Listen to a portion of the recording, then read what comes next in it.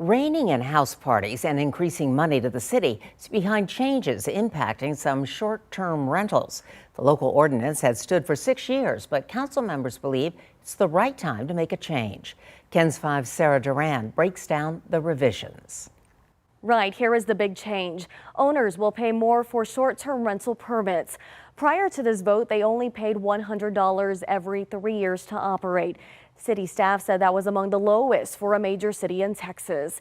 Now, most rental property owners will have to pay $450 every 3 years. There is a difference, though. That rate we just talked about, the $450 permit, is for Type 2 properties, which applies to properties that are not a primary residence. Type 1 properties refer to the host primary residence, and that will pay a slightly lower fee, now $300 every 3 years. Type 2 is the most common short-term rental category here in San Antonio. About 4 out of every 5 short-term rentals fit in that category. One concern is that the low permit cost incentivizes corporations to deplete the local housing market. Another adopted change will now require rental companies to remove listings that don't have city-issued permits, effectively cutting off business for them. District 2 Councilman Jaylene McKee Rodriguez had this to say about the change.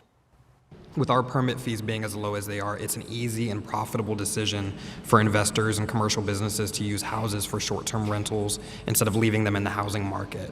So if we're going to make a serious dent in the housing crisis, we need to, at every opportunity possible, change the incentive structure. We need to make it less profitable for profit-seeking companies to take a scarce resource like housing and pimp it out as a small-scale hotel business instead of renting it to families in our community.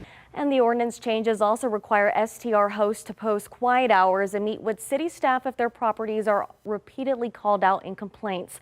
Those raised permits will also help the Development Services Department hire a code enforcement officer who would respond to problematic rental properties. In the studio, Sarah Duran, KENS 5.